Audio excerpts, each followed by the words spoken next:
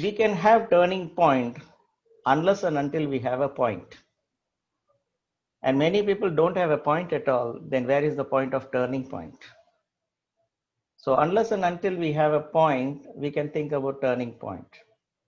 Now, what exactly the point is and how exactly the turning point gets a meaning there. The point is, we as a human being have to develop a kind of a or a sense of a belongingness to this world and more especially to the human race. How we live our life, how we emulate others' life, how we ourselves become a model for others' life, and how we carry forward the human life with humanity. That is a point. There are so many points there. So on one specific point or a group of collective points, if we think that we need to develop or grow further, then the turning point is necessary. So before thinking about turning point, let us introspect ourselves what exactly the points we carry, and on those points, how exactly we can turn around. So this is the broad framework for the workshop. 5 forms of trust to create opportunities. Now, when we say the word trust, now what exactly trust means? It is truth of someone or something. A truth in action is trust. That's it. The dictionary meaning can be truth of someone or something, but the practical meaning is trust means truth in action. Of course, there are many people who still fight with the truth, and there are many people who still struggle with the truth. But giving an understanding to ourselves that we follow the truthful way, we respect the truthful virtues, and we practice truth as a value. On that basis, if the truth is in action, the trust develops. Now, when we say about trust, truth in action, more exactly, if we want to still get into a deeper meaning for the word trust, please understand, or let us get to understand, that truth is not integrity or trust is not integrity. Integrity is different. Now, how different it is and why the difference is, of course, in the session, we will be learning that. The second factor for trust is it is always natural. There is no such thing called artificial trust. It is always natural. Now, how can you say that? I know what is the artificial trust. If you have that kind of questions, yeah, we will still get into the session and understand that to learn that there is only natural phenomena for trust rather than any artificial thing. And how exactly trust can be seen or trust can be felt, it is all depending upon what we feel inside or what we perceive inside. Any feeling or perception, if it gets materialized by a factor, and that factor is called trust. These are the different kinds of interpretations of identifying and explaining what exactly trust is. Why I was telling or taking this much time to explain the simple word called trust, because it carries very complicated meanings. And when it carries complicated meanings, we need to get ascertain ourselves that how exactly we have to understand trust. On that basis, I just grow the subject of trust. Why we are discussing trust? Because there is always a gap. And what that gap is, every human being has a belief system inside them. They think, they dream, they desire, so on and so forth. It's all belief system which has been developed. And the same human being has parallelly another system called behavior system. We act, we proact, we react, so on and so forth. So the clash between the belief system and the behavior system determines how much the trust factor we can keep on an individual. And that clash I am defining as a gap between the belief system and the behavioral system of a human being. Many people you can see, they may not be open, but indiscreetly or discreetly, they will appreciate. Even the worst of our enemies appreciate without exposing themselves in public purview, but inside or practically, they appreciate the trust factor of an individual human being. And why it is happening? Because they have identified that gap. They have seen that gap. Now, as an individual, when we want to be got into we want to be getting into a situation where other people need to trust us, or we want a situation to develop where we can trust others, either way, we have to identify where exactly the gap is between the belief system and our behavioral system. Once we realize, or once we are able to identify that gap between the belief and the behavior of ourselves, we can easily identify what exactly trust means and how exactly it carries its meaning. This is how we take forward the next step on trust. Now, trust is always worthy enough. It takes time. Sometimes it takes years to build trust, the credit rating or the credibility, what we popularly call. It takes a lot of time to build trust. But in an instant, millisecond, we can lose trust. That kind of a delicate material, that kind of a delicate thing is what is trust. Imagine, so we have to handle, if that thing or the material is so delicate, we have to handle so carefully the trust factor. Many people, more especially the leaders, lose trust because they are not able to handle the very delicacy or the very delicate thing or the delicate nature of the element called. And what was the terrible patch is, many leaders, I'm not saying all the leaders, but many leaders are carrying trust deficit. They are no more being able to be trusted. The reason, they lost the credibility of trust factor, either by their behavior or by their practice or by the way they have developed their personality like that, whatever the reasons behind that. But currently the situation is, the leadership, most of them, the leaders, have lost trust. Now, what's the hope or what's the belief that I can carry? As a lot of youngsters have still not lost the credibility because they're still in the process of building that credibility. So this point I have to illustrate here. It may take more time to build the credibility of building trust, but please try to educate ourselves that after we build the trust factor, we have to be extra or more careful in not losing that trust. And the formula for that is, keep on loving, more loving the organization rather than individuals. If we do that, we will never lose the trust. Even if it is a second affair or if it is a year-long affair, we can still keep the trust intact. We'll have a glorious future. No doubt about that. I carry the optimism. How to understand or how to find whether an individual whom we have come across are trustworthy or not. There are some simple techniques to know it out.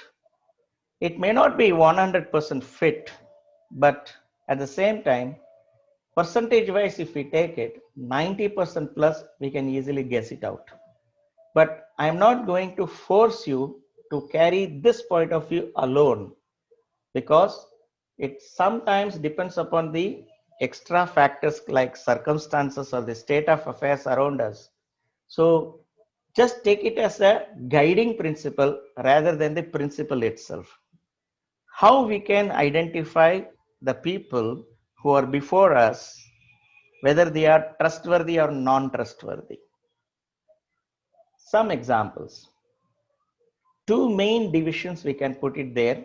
One is verbal factor, another is the non-verbal factor. In an effective communication class, we have come across these terminologies called verbal and non-verbal. Non-verbal popularly called as body language. Now we will first take it the verbal factor. Verbal is any word spoken. Now a spoken word, by that spoken word, we can easily gauge the trust factor on another individual whom we have come across. Now how we can do that? Say for example, if we are in a conversation with another person, when I say another person, it can be one or more persons.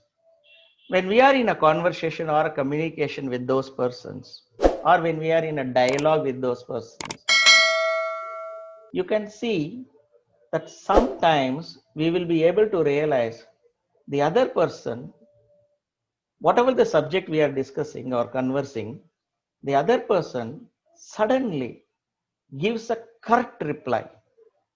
The word is CURT. The correct reply. The correct reply, in other words, it is called as a snap reply. Just instant cut like that. Now that reply, if we get it from a person with whom we are conversing, trust can be a question mark there. Because anybody who is very good, trustworthy, they don't give cut replies, they always give a measured reply or a measured response. But when we receive a correct reply, then trust can be a question mark. The second aspect is normal flow of talking is there. Normal flow of conversation is there. And suddenly, on one particular subject or on one particular aspect of that talk, there is a sudden hesitation, a sudden withdrawal syndrome. If that happens, instantly we have to wake up. Oh, why that person is hesitating now? Why that person is hesitating in this point? Once we wake up there, the trust becomes a question mark. We can understand there. We can realize that. Because any person during a normal talk suddenly hesitates means the trust is a question mark on that person. This is the second one. The third one, as a human being, we commit mistakes or errors, we say, in speech. Speech is called as errors, not mistakes. So when speech errors are there, once in a while or randomly somewhere, if it happens, it is quite natural, maybe because of the lack of preparation or some kind of a spot disturbance, it would have happened. But if the speech errors continue or come often again and again, that means that trust can be questioned on that person, because only a non-trustworthy person creates that errors on speech. So we can find the cue there. This is the third point. The fourth is when we are conversing or communicating with other persons, we can see maybe from this evening onwards, you can also realize when we get into conversation with other people or in communication with other people, Those people who use allness terms, ALLNESS. Now, what that allness terms mean?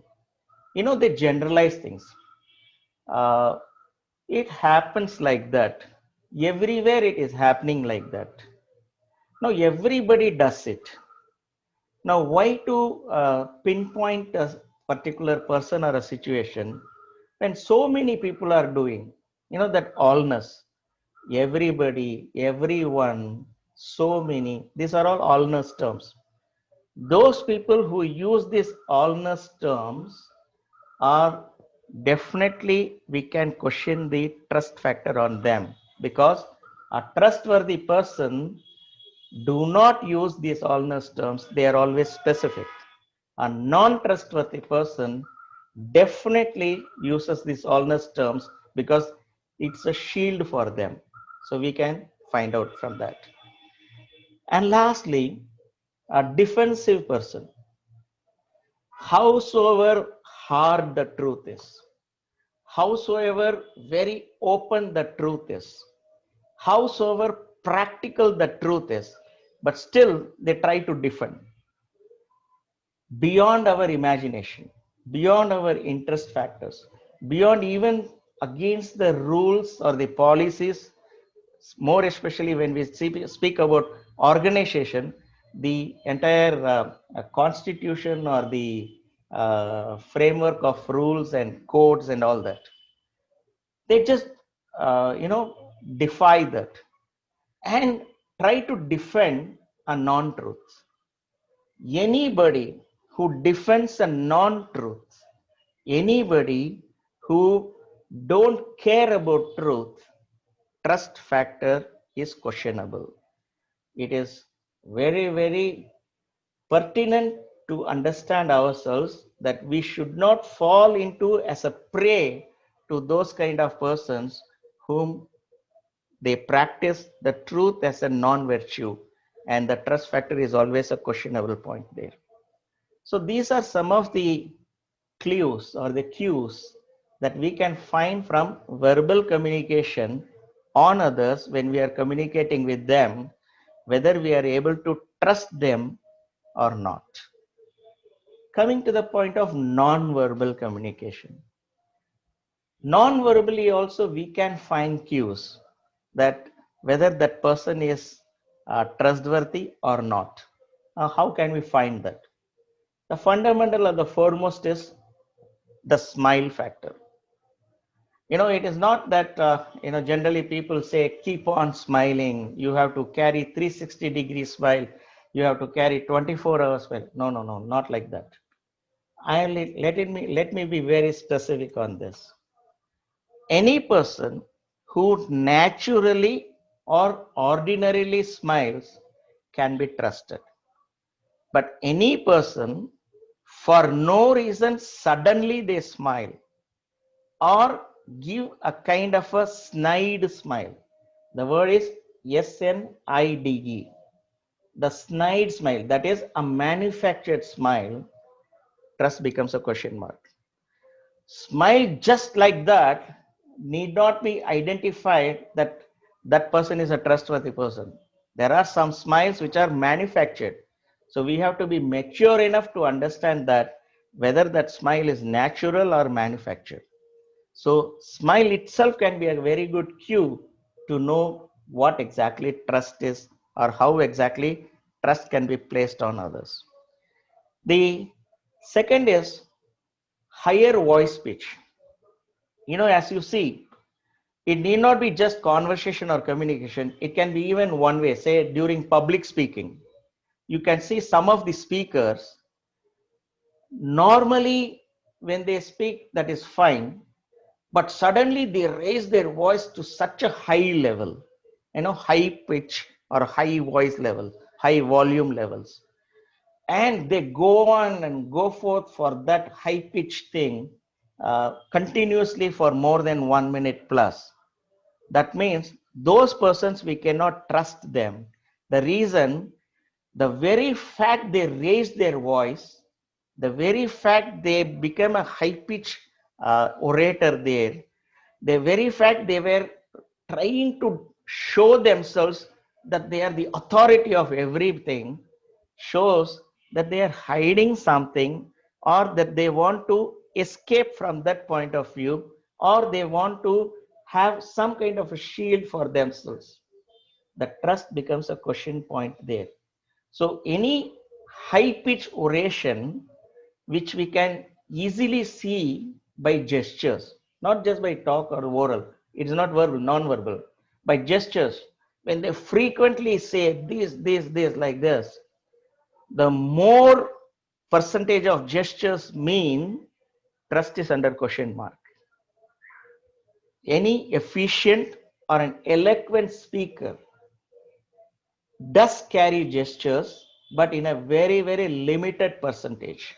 A limited percentage of gestures carries a higher percentage of trust factor, whereas a higher percentage of gestures, definitely the trust factor is questionable on that speaker. So by mannerism of their using the gestures itself, we can find out the trust material there. Blinking of eyes, suddenly they blink when we are in conversation for no reason. They may be the most knowledgeable person, most experienced person, or a well versed person, but still they blink because the truth hits them.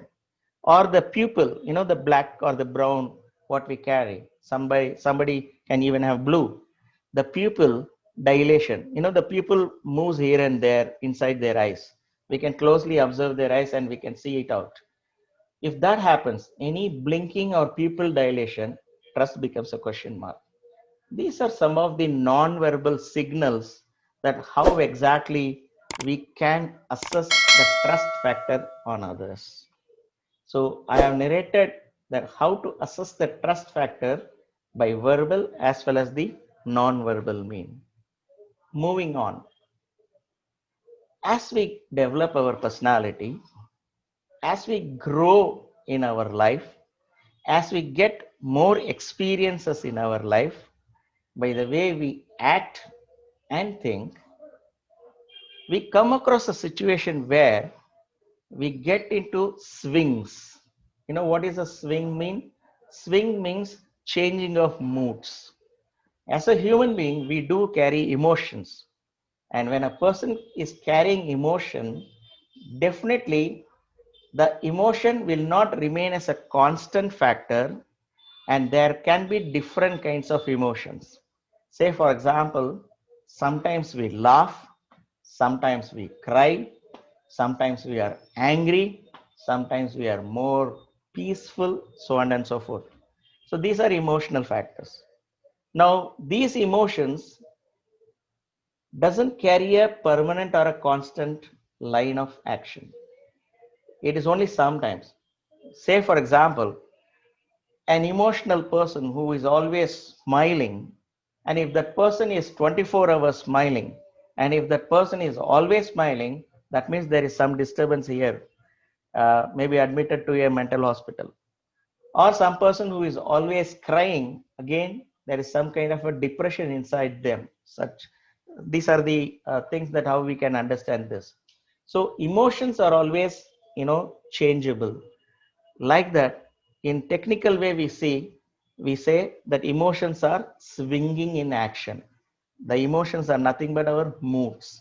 Popularly we call it as moods. The moods do change. The moods do swing. Now, why I am telling this and how exactly it is relevant on trust? What is the thing that relates the mood and the trust? It is very, very pertinent to understand here. Very delicate also to understand. Let us employ our entire thinking here. These few seconds can help us to exactly understand what trust factor means. Once we get the grip of that trust factor, the entire world is open for us to create more opportunities. How exactly we can do that? Let us see. Let me recap a little bit. Moods are swinging. We carry some kind of a mood one time, another kind of a mood some other time. When the moods are swinging, as moods are swinging, the trust can also swing. It will be very difficult to understand here. How can we say that trust swings? Trust is a permanent thing. Trust is a constant factor. How can we say that trust swings? My dear friends, trust swings. And that is the deficiency a human being carries. And why I am calling it as a deficiency? Because after human race, the next race is the godly race, divine race. And every human being tries to live their life so that they mature from the human life to the divine life. Now, human life, the trust swings, whereas in the divine life, the trust doesn't swing, it is constant. This is the fundamental difference. Now, then, how can we understand that trust swings? Well, it depends upon our ability to understand. Now, what is that ability required to understand whether the trust swings? Two aspects. You can see some of the personalities, human personalities, they are daring. Daring in the sense, they don't bother what are the repercussions. They don't bother what are the consequences. They don't bother about the results. They don't bother about the outcomes. That kind of personality we say a daring personality. Very few of them are there. And the objective, the core objective or the core value of any individual citizen should become a daring citizen for this world. And many leaders, many people still do not know what exactly are the core values of the citizen should empower themselves. That means the citizen should be a daring person to bring peace into this world. Fine. Coming back to the point. So any person who carries the factor called daring naturally can be trusted. Now, where is the trust swing happens? The trust swing happens when the same person who is daring enough on so many issues or so many factors or with so many people, suddenly we see, suddenly we sense that the person is playing safe. Exactly the opposite of it. Daring versus play safe. Now, play safe means they become so introvert, they become so silent, they become so quiet, they become so indifferent. Whatever happens, let it happen. Now, that is called as play safe. A human personality which was daring enough suddenly swings and become a play safe individual. That is, the trust has swung there. It's the other way also.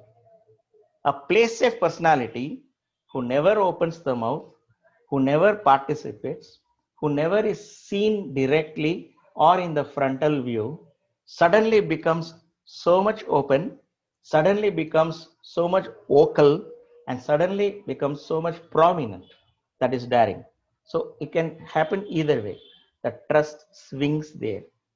So the trust factor for a human being swings according to the moods of that person.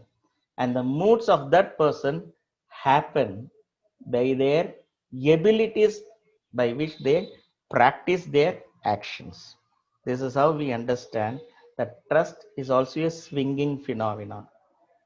Why it is stated here is we blindly trust somebody and get disappointed.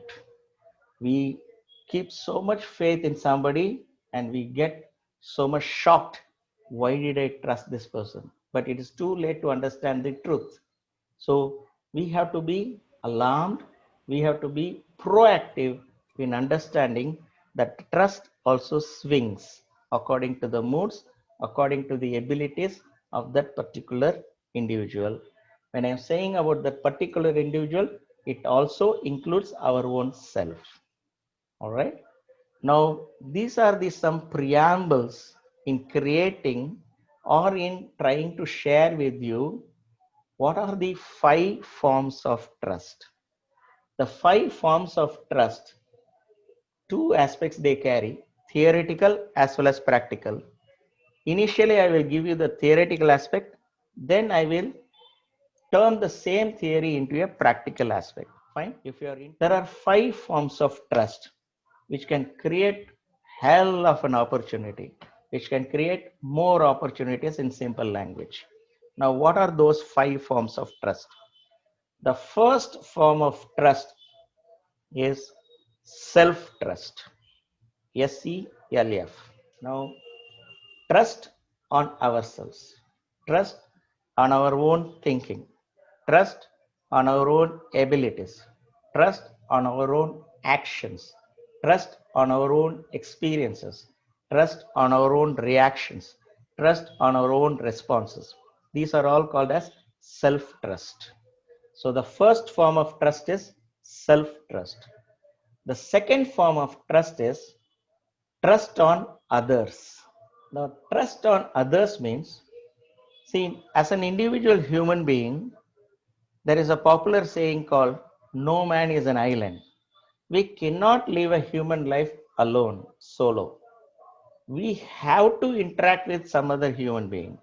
We have to get correspond with that person. We have to get into some kind of a connection with a fellow human being. So when we are not able to live alone in this life as an island, when we have to interact with another human being or more human beings, then we have to develop a trust on others. We can't say that I don't trust anybody. There is nothing like that. Somewhere, somehow, we do trust on somebody. There is nothing called that I don't trust anybody, because nobody knows about that. It will be a big scientific discovery to know, to get the meaning. I don't trust anybody, but let it be aside. It's a pure technical way, but common understanding is we need to trust others. So trust on others is the second form. The third form of trust is need based trust. NEED, need based trust. Now, what exactly this need based trust means? You know, we see in our practical life, whether it is a family life or a professional life or even a societal life, we are trying to encounter so many individuals of their behaviors, of their interactions with us, and we try to develop a kind of an understanding on them, that whether they are dependable, non dependable, whether they are useful, non useful, whether they are relevant, irrelevant, something like that. So when we are getting into that interactive mechanism, and when we are trying to live our life, or when we are trying to live our life with a growth pattern or a development pattern, or when we are trying to build our personality levels, there definitely needs arise, because every individual human being is not bestowed by everything inside them. Some person may require knowledge, some persons may require wealth, some persons may require health, some persons may require opportunities, some persons may require luck, so on and so forth. So every individual has a need. Say, for example, I also have a need because I am also a human being. I hope you believe that. So when I say I am a human being, and when I say that a human being has a need, what exactly my need is? Okay, my need is that my family should be safe always, and my entire focus, my entire personality will be groomed in such a way that my family is safe. And whatever the actions, whatever the plans, whatever the goals, whatever the targets, whatever the objectives I design, will always keep this in mind: my family is safe, like that. So every individual has some kind of a need. Say if we are a student, the need is predominantly or the priority wise, the need is career. If it is a businessman, say maturing or a growing businessman, the need is higher turnover. Or if it is an established businessman, the need is diversification or development of the business. If it is, say, a societal person, the need is recognition. Or for a societal person who doesn't care about recognition, the need is how much more I can be serving, like that. So every individual human being has some kind of a need. So to get that needs fulfilled, to address those needs, we need to develop some trust. That trust is called as need-based trust. The third form of trust is needs-based. Here, the needs can also be corruption, nepotism, influence, power play, so on and so forth. Is the other side of the game. But the other side of the game, the yet another side of the game is love, affection, virtues, helpingness, or the serving mentality, so on and so forth. So, need based trust. The fourth form of trust is, it is a new one. You cannot find in many books or websites or say knowledge inputs.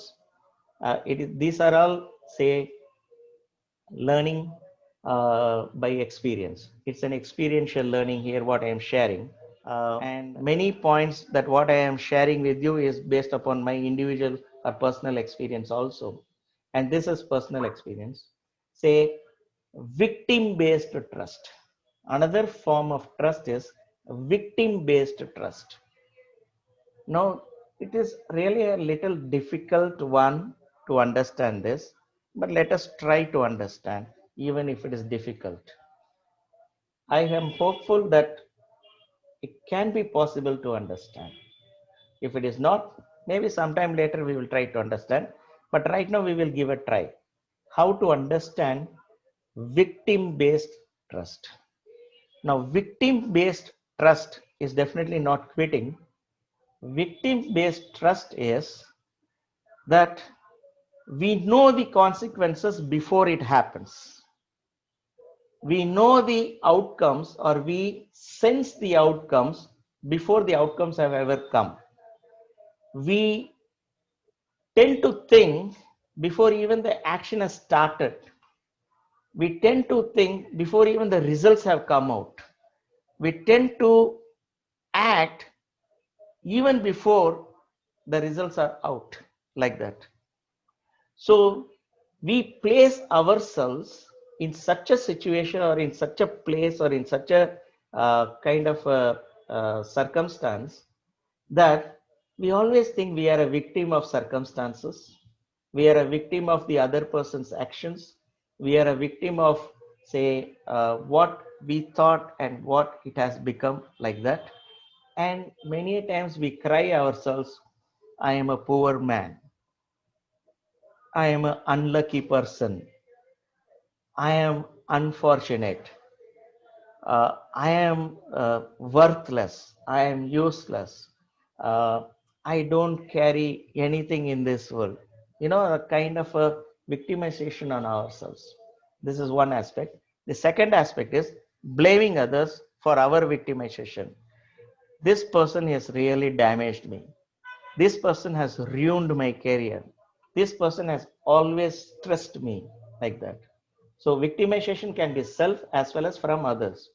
Now, when we become a victim, either by self or by others' action, at that time we develop a need of trust.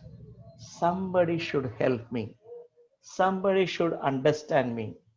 Somebody should take care of me. Somebody should at least see me that what I am going through. This is called as victim based trust factor. And people are craving for that.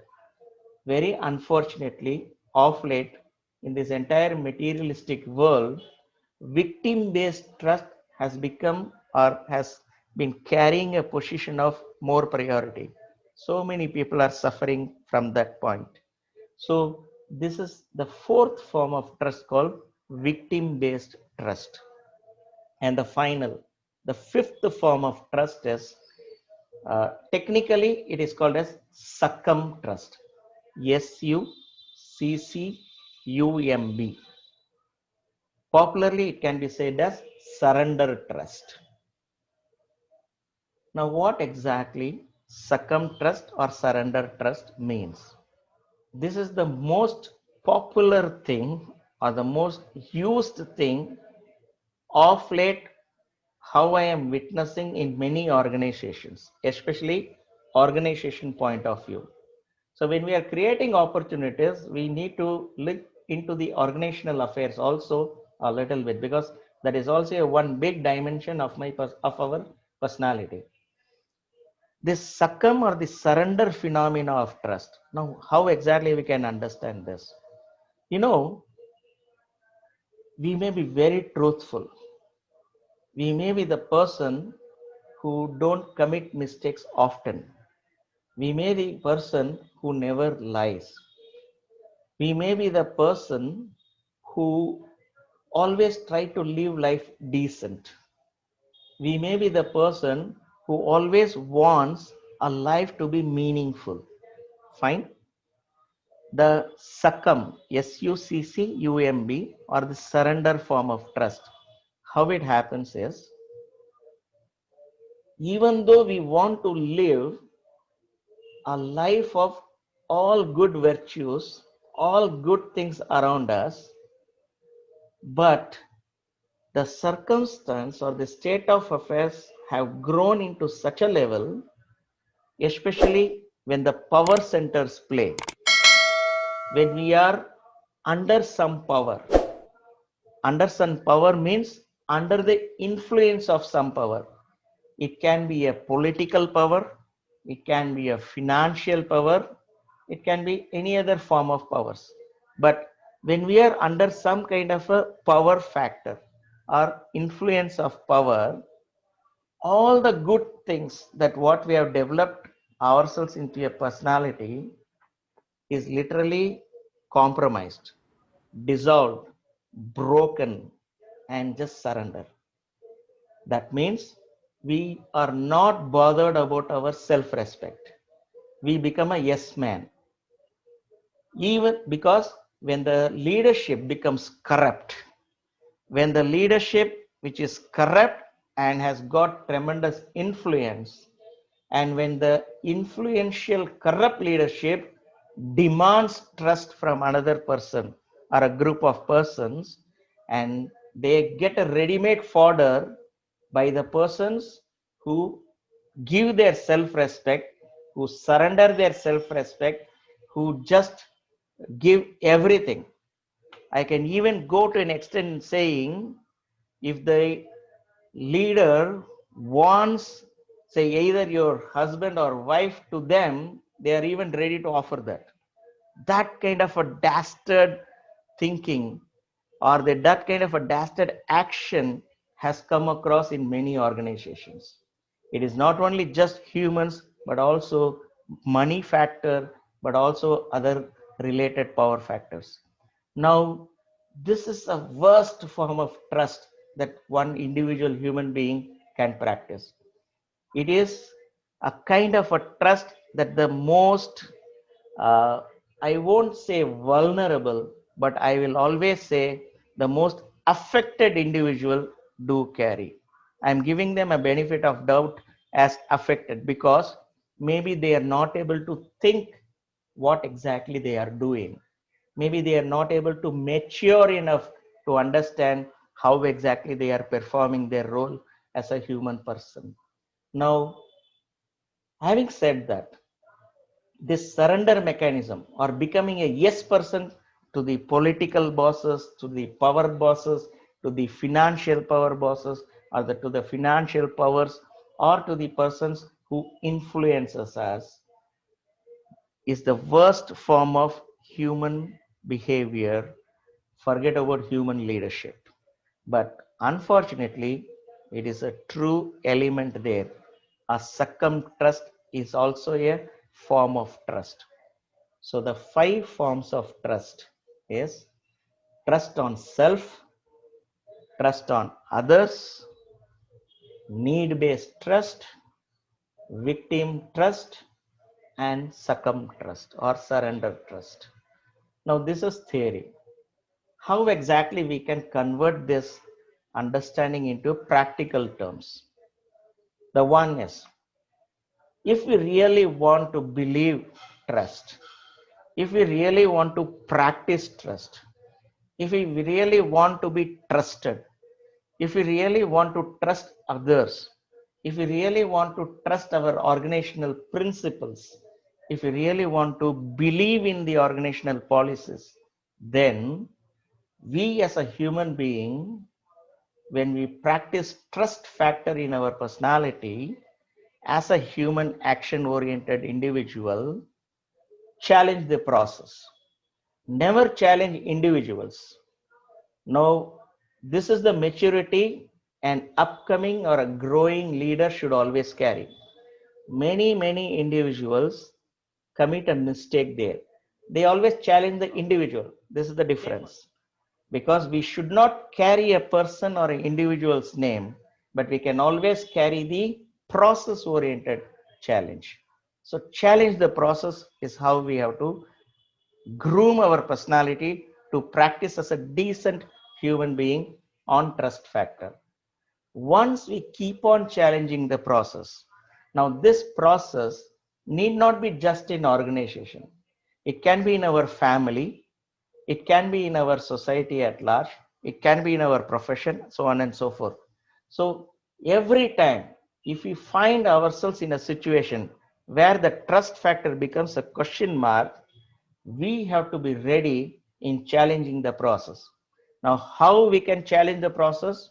The initial seed of thinking naturally has to develop inside our thinking aspect or inside our personality virtue. Now that happens once we start, you know, thinking about that.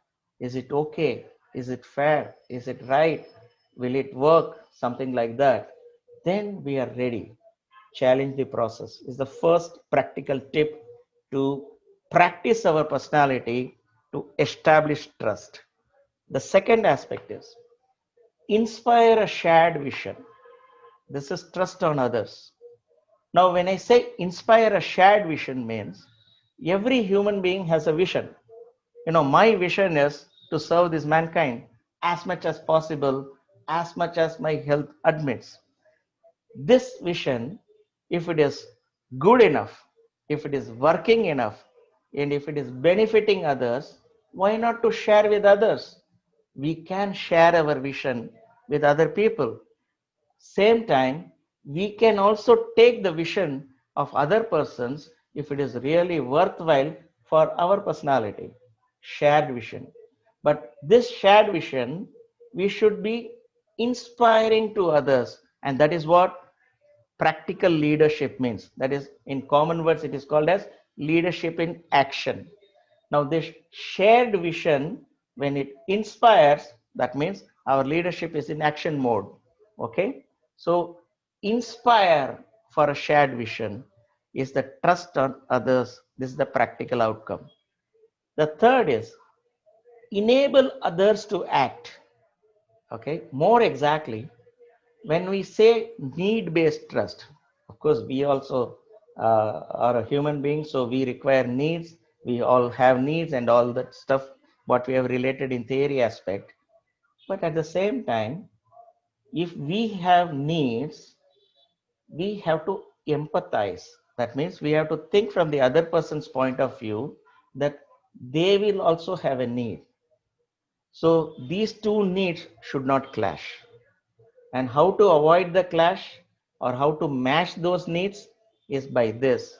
Enable the other person to act first. Let the other person ask their need. Let the other person gets their need fulfilled first.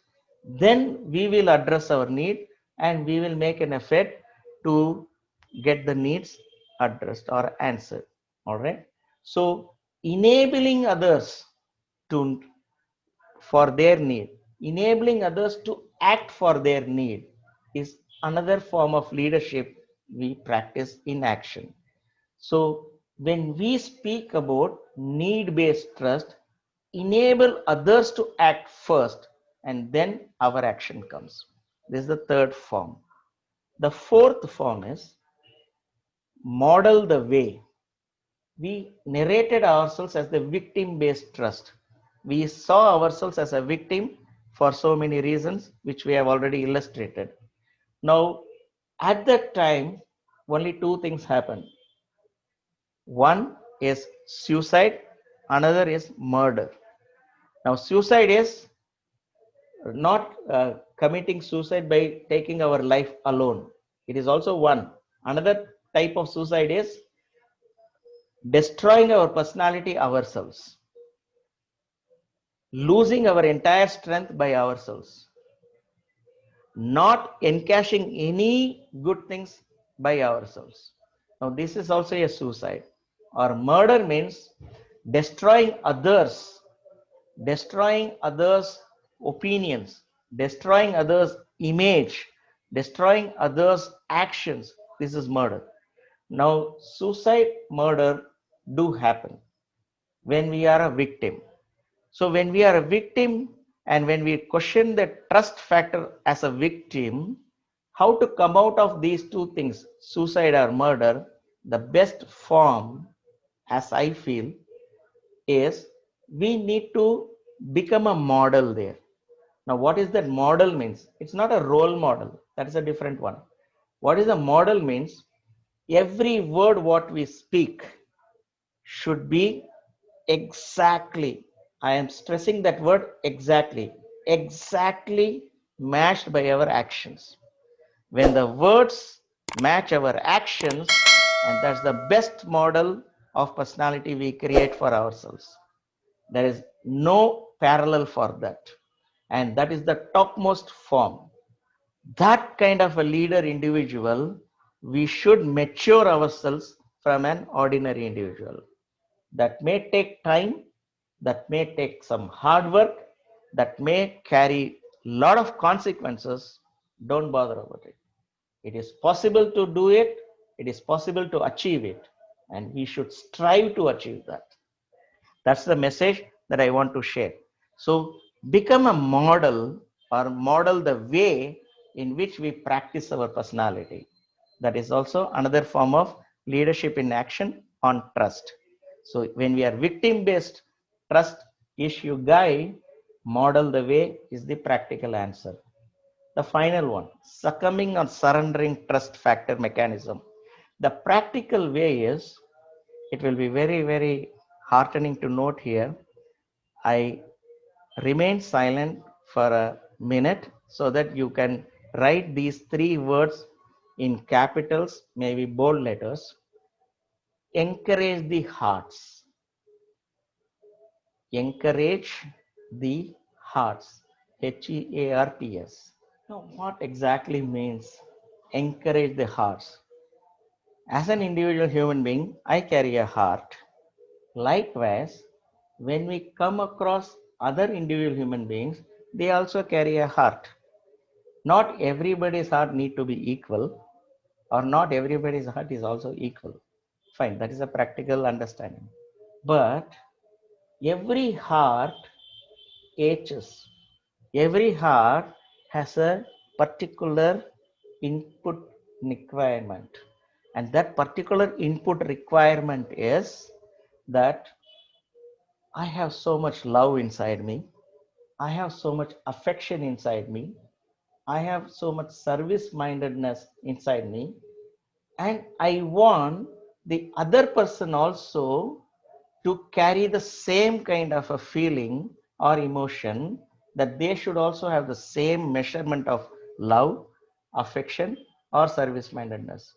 But once we grow in our experience, once we come across individuals, we find some gaps, we find some distances between our heart and their hearts, and there we either win the hearts or lose the hearts. But this is a normal thing for any individual. But to grow or mature ourselves as a leader individual, we should not compromise on truth. We should always live or die for truth. On that basis, we should always try to win the hearts of the people, not by dubious means, not by appeasement measurements, not by giving some kind of a corruption and win the heart. No, that's the worst form of human personality or human leadership we do. You can see many leaders doing the same. They will be so goody goody to us, unnecessary words they will be using, saying, say, excellent, wonderful, a master stroke, which carries no meaning for that person's heart because they know that they didn't do that. It is a kind of a deceiving mechanism, but the politician is or the leader is trying to corrupt that person by giving these platitudes. So we have to be careful for that, and we should not practice that. So when I say encourage the other hearts, it should be of a pure form without any expectation. It should be only based on three factors, as I already said: love, affection, and service mindedness, without compromising any basic principles or the values of our human life. If that happens, these five forms of trust definitely can work for any individual human being's personality, and that will be the biggest key available to us to open world full of opportunities. So in short, I complete this entire presentation in one line: when we open up, opportunities open up. Thank you. I am ready for the